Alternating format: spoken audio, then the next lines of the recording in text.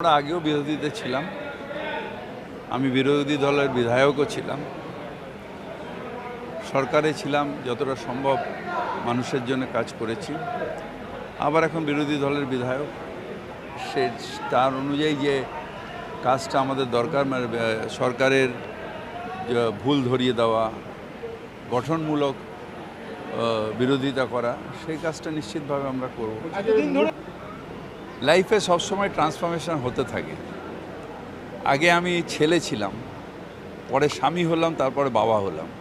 তো লাইফ তো ট্রান্সফরমেশন লাইফে হতেই থাকে। এই ট্রান্সফরমেশন আছে, এরপরে আবার ট্রান্সফরমেশন হবে, আর সেই শুভ আশাতেই মানুষ বেঁচে থাকে। নিশ্চিতভাবে আমাদের যেটা কাজ, মানুষ আমাদের যে জন্যে ভোট দিয়েছে, সেটা হচ্ছে যে মানুষের যে কাজ, সেই কাজগুলো যাতে করে সেটা দৃষ্টি আকর্ষণ করা, সরকারের কাছে বলা, এবং